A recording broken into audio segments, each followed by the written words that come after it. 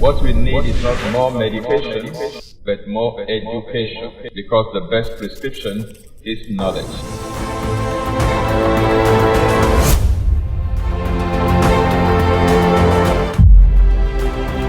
This is Exposé coming to you live from Lagos, Nigeria, every Monday on Instagram, YouTube, and Facebook simultaneously.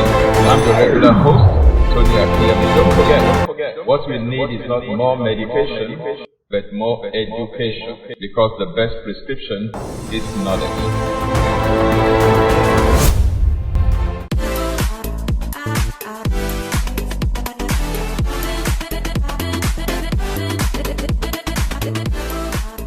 Hello and welcome to Exposé with Tony Akinyemi this beautiful Monday evening. We have been talking environmental toxins, and we have looked at various toxic elements polluting our environments, the impact they're having on our health, what you and I can do in order to prevent further exposure, further damage, and for those who are already damaged, how to recover. That will be the bottom line at the end of the day, after sharing all the bits and pieces of information with you. Now, last week we concluded on the hazards of plastic, having looked at the different categories of plastics and the effect that they can have on our health when we are exposed to them. And these days, we have seen that plastic is really ubiquitous. It's all over the place. It's everywhere. It's found in human tissues. Urine samples tested, there's plastic in there. Microplastic is found in human lungs.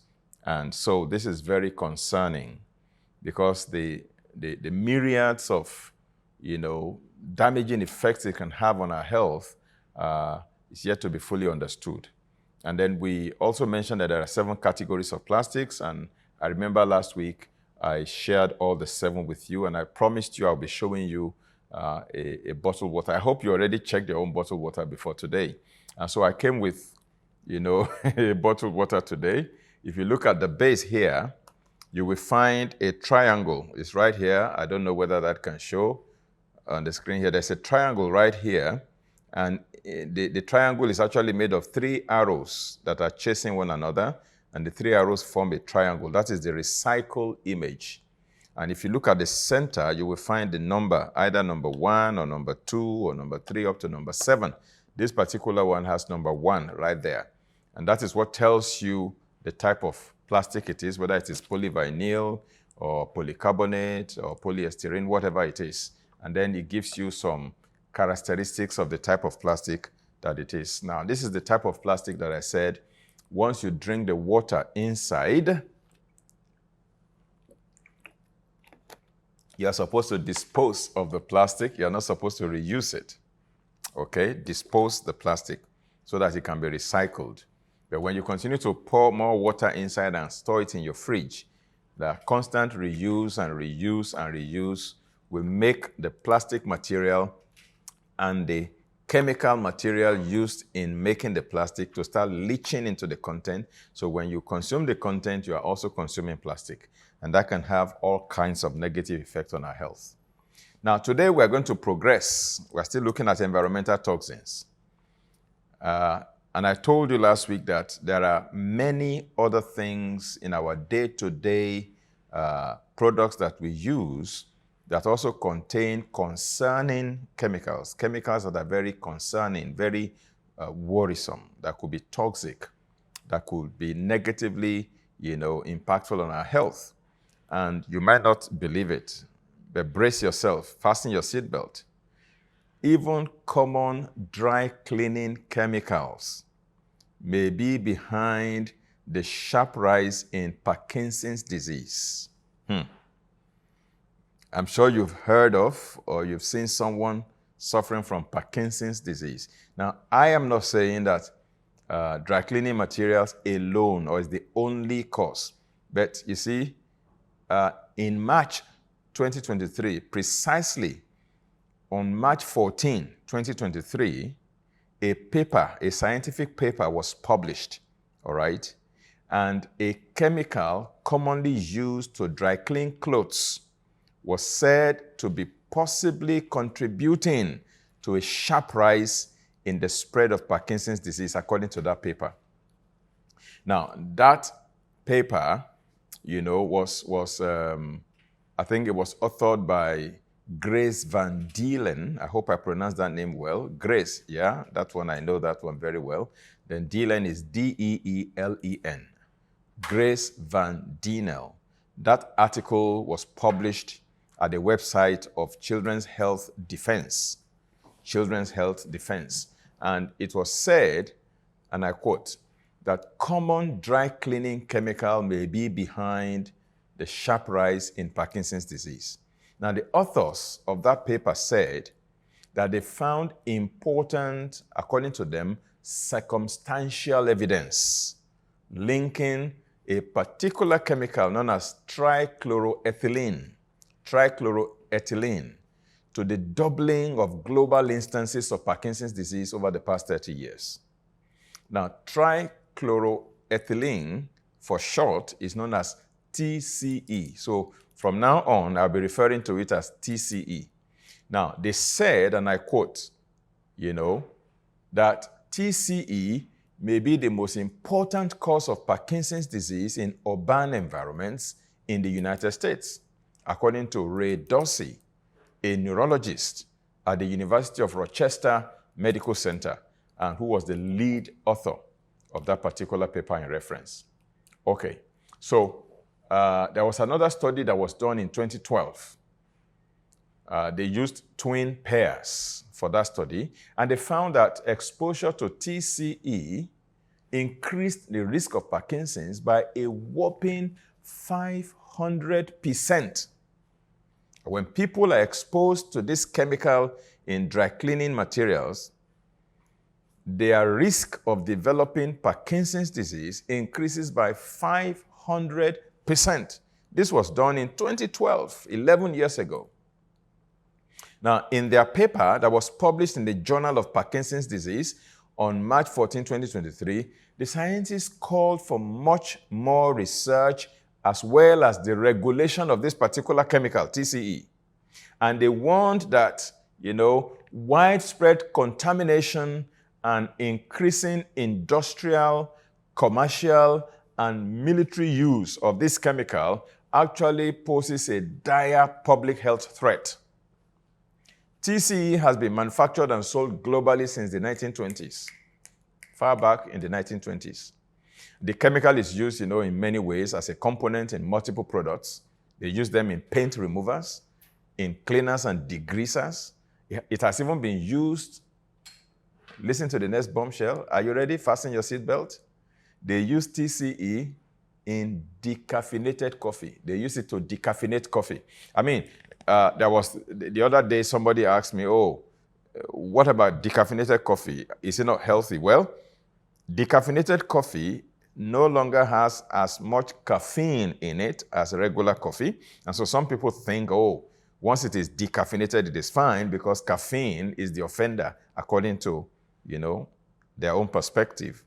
And so they want to avoid caffeine, and so they drink decaf coffee. But what many people don't realize is that the chemical that they use to decaffeinate coffee is TCE. And trace amounts of the chemical may remain in the coffee after it has been decaffeinated.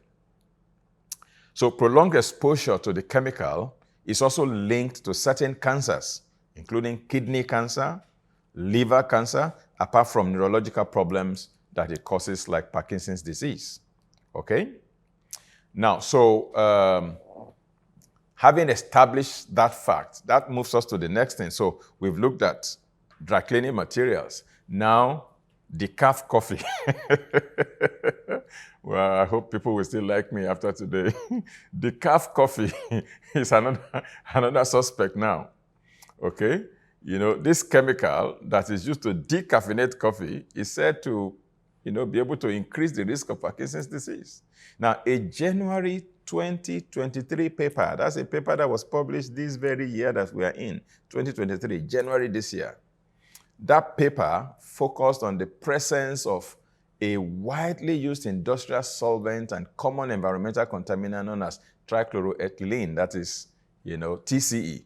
And the authors concluded a thorough literature review and several case studies to conclude that the ubiquitous chemical is contributing to the global rise of Parkinson's disease, and that this chemical, TCE, trichloroethylene, is one of its invisible and highly preventable causes of Parkinson's disease.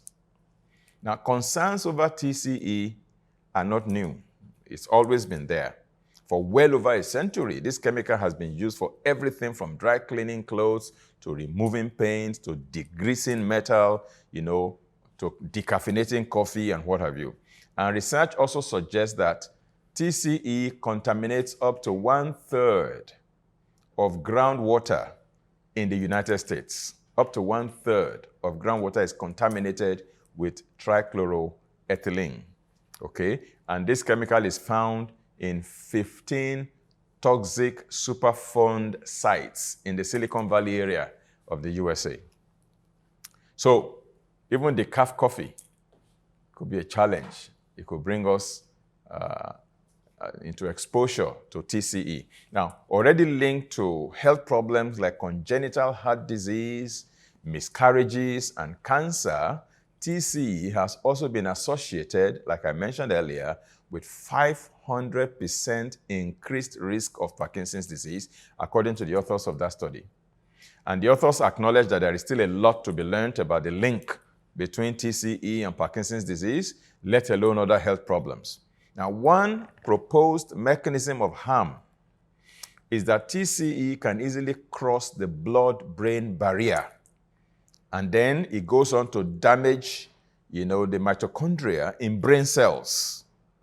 Previous research has suggested that, this damage can lead to the loss of cells that produce dopamine. Now, the issue with Parkinson's is it has to do majorly with dopamine production.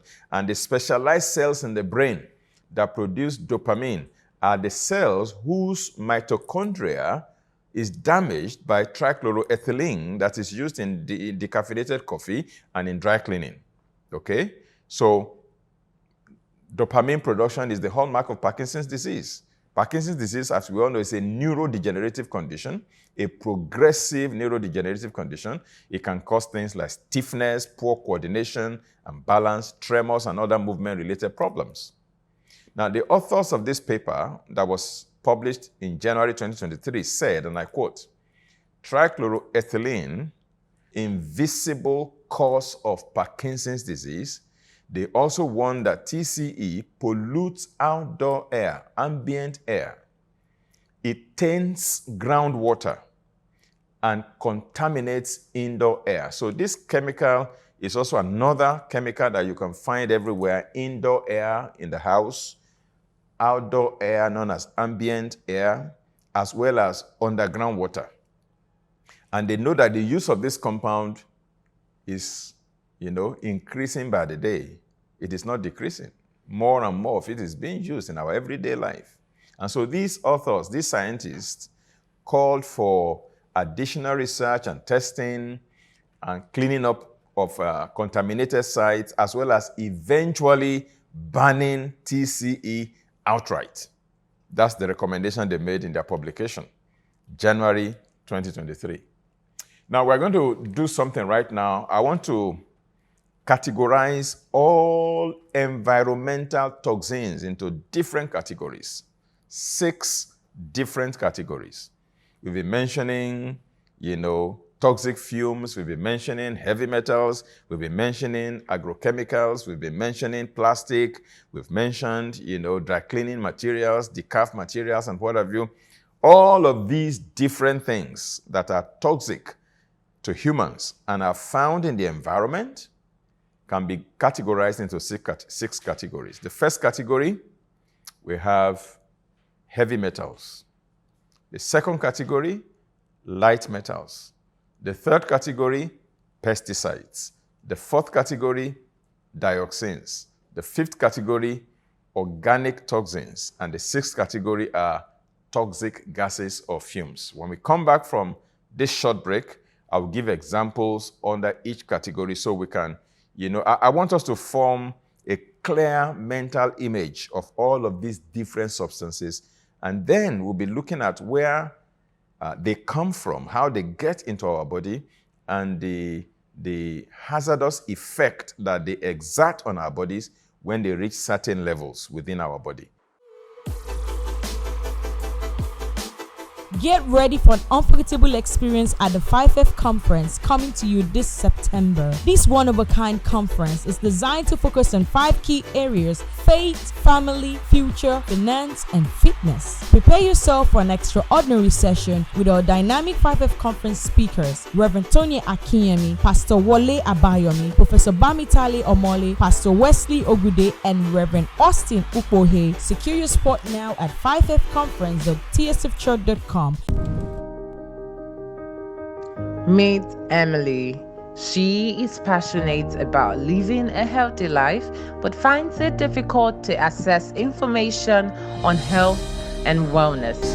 Cancer is survivable. That is until she discovered the online healthy living training offered by Reverend Tony Akinyemi on lms.rafainstitute.org. The online healthy living training program is a comprehensive interactive course that covers topics such as nutrition, fitness, stress management, and mental health. The course is designed to provide participants with practical tips and strategies to improve their health and well-being. Emily is now equipped with the knowledge and skills she needs to live a healthy life. Join Emily and countless others in living a healthy life by signing up for the online healthy living training program today.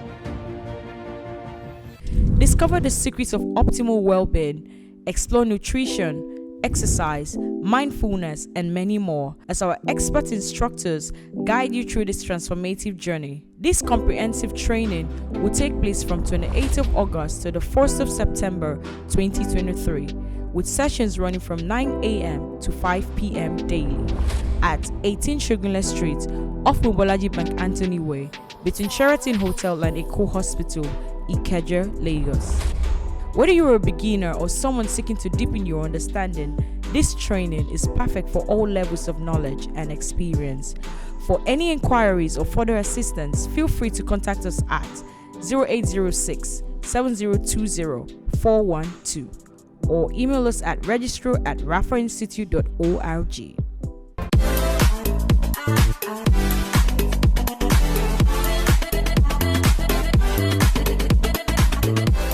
Hello and welcome back. This is still Exposé with Tony Akinyemi. We come your way 8 p.m. West African time every Monday on YouTube and Facebook simultaneously. We are discussing environmental toxins, and this is one thing that is really, really on my heart. And I wish I could draw everyone's attention so every human being on the planet will start paying attention to these toxins so that we can reduce the pollution in the environment and also minimize our exposure to these toxins, and then also find ways to help those who have been damaged or negatively impacted by these toxins. Okay, during the first half of today's presentation, I promised that I was going to come back to you and give you categories of environmental toxins. And I have tried to modularize them or categorize them rather into 6 different categories of toxins. So we have heavy metals, that's one category. And under that category, you find what I call the gang of 5. Well, the 5th one actually belongs to the light metals category, but I created a group of 5 toxic metals and I christened them the gang of 5, okay? That's my own christening. I gave them that name, okay?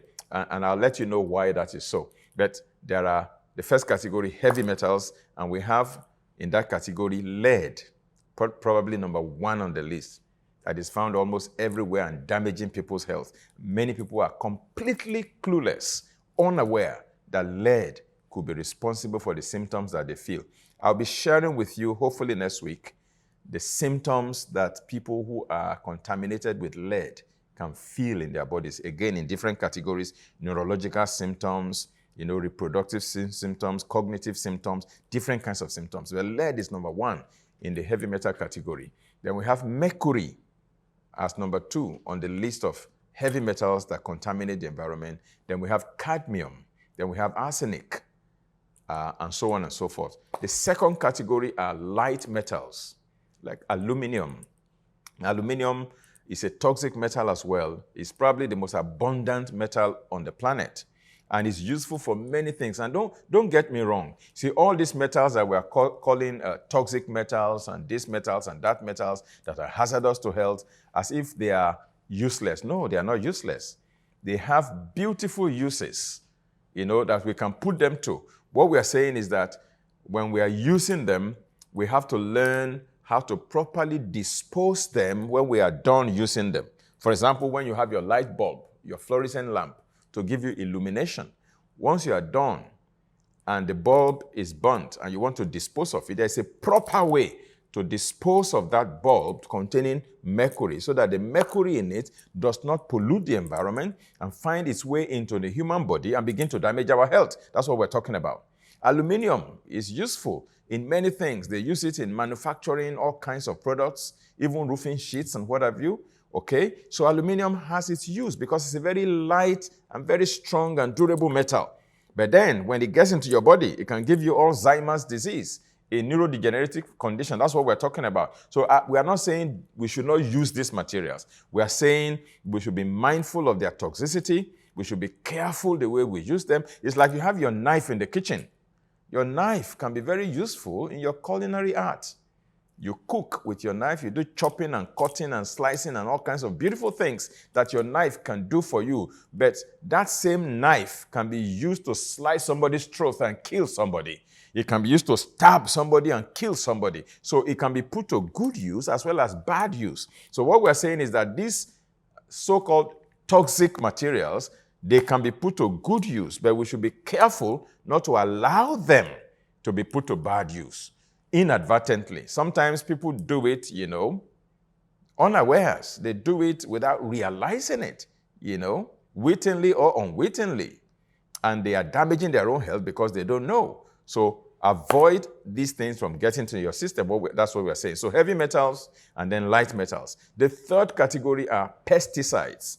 All the chemicals that we use to, agricultural use for preservation and herbicides and different kinds of things, all of them also can be toxic. Probably the most, common one among them is glyphosate, which is found in herbicides, particularly Roundup, that is used to kill weed around our houses. They contaminate our soil. You will kill the weeds quite all right, but then you find these chemicals in your well water, in your groundwater, and then you fetch the same water, you use it to cook. And then it gets into your system, and it has hormone disruptive effect. It has neurological damage. It has effects on your reproductive system. It can even cause cancer. Okay? That's another category. Chemicals that are used in agriculture. Then we have dioxins. These ones typically come from plastic and typically stored in fatty animal food.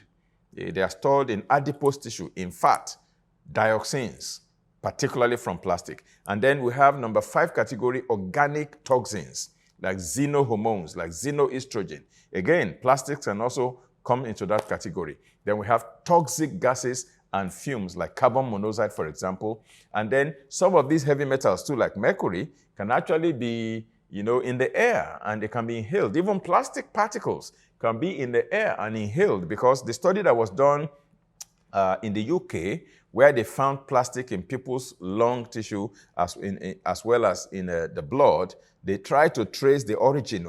How did they contact this plastic? And the conclusion was that more of the plastic came from what they inhaled that went into their lungs rather than from what they ingested or what they ate or drank. Okay? So what are the most common sources of these 6 categories of toxins? Now, it's important to identify the most common sources where we contact toxins, from the environment, so we can institute strategies and plans to reduce our exposure to these environmental toxins as much as possible. That's the wisdom thereof.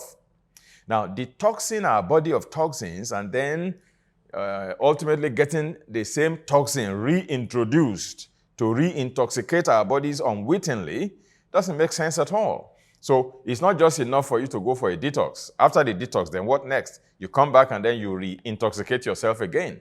Now, so in order for our body to gain the upper hand in the detoxifying process, we must give our liver, our kidneys, and our intestines a break from having to process so many toxins at the same time so that the body is not overwhelmed. Now, so before we bring today's presentation to a close, I want us to, again take a look at the most common sources of toxins in the environment. And I'm going to be looking at 7 different sources where we come in contact with these toxins in the environment, whether it is plastic or heavy metals or light metals or endocrine disrupting materials or dioxins or pesticides or whatever category. 7 major sources where we come in contact with them. First, common source is endocrine disrupting chemicals, EDCs.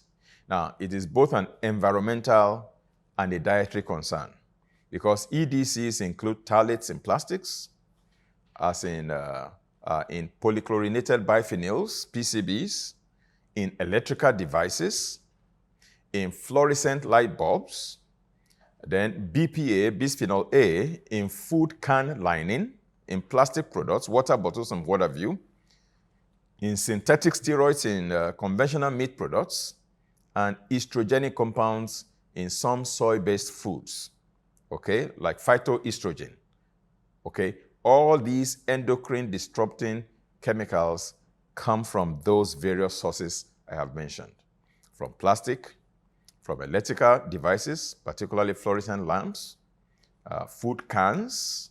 That's why I discourage people from, focusing more on canned foods, because canned food, even if the food itself is okay, but the can leach lead or endocrine disrupting chemicals into the content before you finally eat it. So that's the first source. Now, the second source comes from pesticides that are used in agriculture.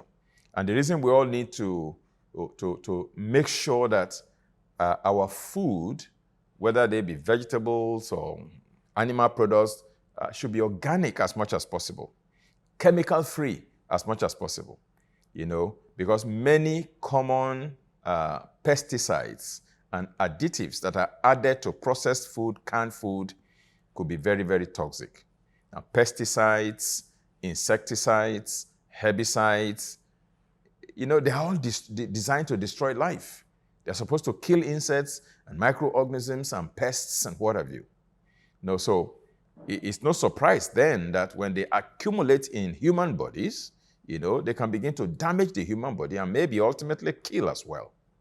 Glyphosate again, like DDT, sniper, and genetically modified organisms. All of these are to be avoided if we want pesticides and herbicides in particular to be minimally exposed to our bodies. Now, GMO foods have many concerns. I don't want to go into that today. Maybe some other time we will bring some experts to come and discuss the subject of GMO. Now, let me just drop this one in. Now, when genetically modified organisms, crops are genetically modified and they are planted, some of them are genetically modified to be able to withstand herbicides more, such that when you spray them with herbicides, the herbicides will not affect them. The herbicides will only kill the weed, all the weed in the farm. So it's like you plant, let's say, genetically modified tomato, or you plant genetically modified corn on your field, and then you see weed growing, competing for nutrients and space with your crops, and then you bring a herbicide and you spray it on the farm. The genetically modified corn or tomato has been genetically, modified to be able to be resistant to the herbicide. So the herbicide does not affect the tomato or the corn, but the herbicide will destroy all the weeds on the farm. So you have a very clean farm with only your crops growing and enjoying themselves, thriving and doing well. But the downside is that that plant that is genetically modified to withstand the herbicide now has the capacity to absorb into its body a lot of the herbicides. So by the time the crop now matures and you harvest it, little would you realize that a lot of herbicides are present in that particular food because it was able to absorb it and it will not affect it. But you, the consumer, you have not been genetically modified to be resistant to the herbicide. So as you are eating the herbicide from the crop, your body is getting intoxicated. You are getting poisoned, so to speak. This is where we have to be wary of GMO food from my own perspective. Now, the third category or source of common toxins is the ones that come from light and heavy metals. Now, lead, aluminum, mercury, cadmium, arsenic, nickel, they are so hazardous. And the reason they are hazardous is because they are highly pervasive in the environment. They are almost ubiquitous like plastic. Often they don't show immediate effect in the body when they enter the body due to their gradual accumulation over time. Okay? Now, when mercury enters the body or lead enters the body, it may take 10 years, 20 years before it reaches toxic levels where it now begins to show some serious impacts on our health. So in the beginning, you may not see any symptom at all. And so you may never be able to make the connection. And sources of exposure to these light and heavy metals include air pollution, non-stick cookware. You see, some of the pans that we used to cook, frying pans and cookware, they are coated on the inside with a substance known as Teflon or PFOA. And that substance that they used to coat the inside makes it non-stick. That non-stick material is carcinogenic, okay? So these things can come through cosmetics, they can come through certain vaccines, dental amalgam fillings in the mouth, cigarette smoke, conventional household cleaning products, contaminated food products. For example, processed foods that contain high fructose corn syrup are major mercury offenders because, in the process of, producing that syrup, mercury comes to play, right from planting of the crop to the processing and what have you. And food that is also grown in tainted soil, we also carry these things. And the fourth source of common toxins in our lives is fluoride. Fluoridated water, fluoridated materials for oral health, whether it is mouthwash or toothpaste and what have you. Now, fluoride, from all that I have studied, actually has, an impact on both our brain and our bone. Okay? But I suggest that you minimize your exposure to fluoride, by investing in your household water purification system, either reverse osmosis or filtration system or steam distillation or whatever. Like in our house, my family, we use WaterWise water purifier as one of the ways to purify our water. That's the water we use to cook and to drink. Okay, WaterWise water purifier. It helps to minimize, exposure to toxins that pass through water. Neither do I personally use fluoride toothpaste. I use fluoride-free toothpaste. Okay. The fifth source of exposure to these environmental toxins come from food additives, preservatives, and growth hormones. Now, many packaged and processed food products are loaded with chemical preservatives, such as sodium benzoate, and then artificial taste enhancers like monosodium glutamate, refined sugars, artificial sweeteners, synthetic food colorings, and other synthetic non-food products that contribute to early aging and degenerative diseases. So avoiding these and eating only pure, simple, organic food made from organically grown, non-irradiated components will go a long way towards minimizing our exposure to these toxins in the environment. The sixth source of exposure to toxins in the environment is electronic smog, also known as EMF. Okay? These are invisible toxins. You can't see them, and so people don't even think about them. Yet, today, we cannot do without our mobile phones, our Wi-Fi, our smart meters, our mobile phones, cell towers, microwave ovens, power lines, heavy-duty power lines, even our laptops, and many electronic devices that emit a constant stream of radiation into the environment around us.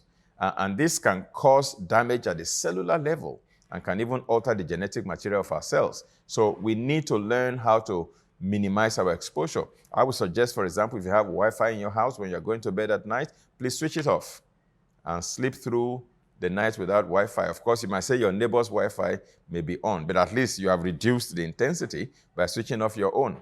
And imagine if all of us know how to do that and we actually do it, then we can minimize the exposure to some of these things.